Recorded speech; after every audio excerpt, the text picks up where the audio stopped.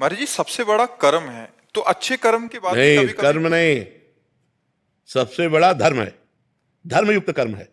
अगर केवल कर्म है तो कर्म तो सब कोई कर रहा है, लेकिन दुर्गति को प्राप्त हो रहा है। धर्मयुक्त कर्म, तस्मात् शास्त्रम प्रमाणन्ते कार्य अकार्यो व्यवस्थितौ। क्या कार्य करना चाहिए, क्या नहीं करना चाहिए, यह शास्त्र प्रतिपादित धर्म, धर्मयुक्त कर्म, ना कि केवल कर्म। धर्मयुक्त कर्म ही सबसे बड़ा है।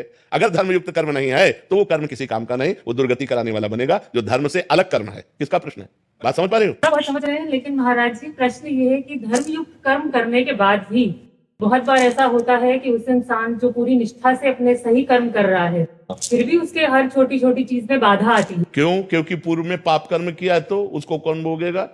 आज खेती जो बोई है, अभी काट लोगी 6 महीना लगेगा उस फसल को, लेकिन आज जो खा रही हो वो पूर्व का बोया हुआ है, पूर्व का किया हुआ पाप कर्म तुमको धर्म करने पर भी असफलता और निराशा और अशांति प्रदान करेगा। उसको सहो और धर्मयुक्त आचरण करो तो आगे सही हो जाएगा, तो आगे आपका जीवन सही हो जाएगा। हमारे भगवान के ऑफिस में कोई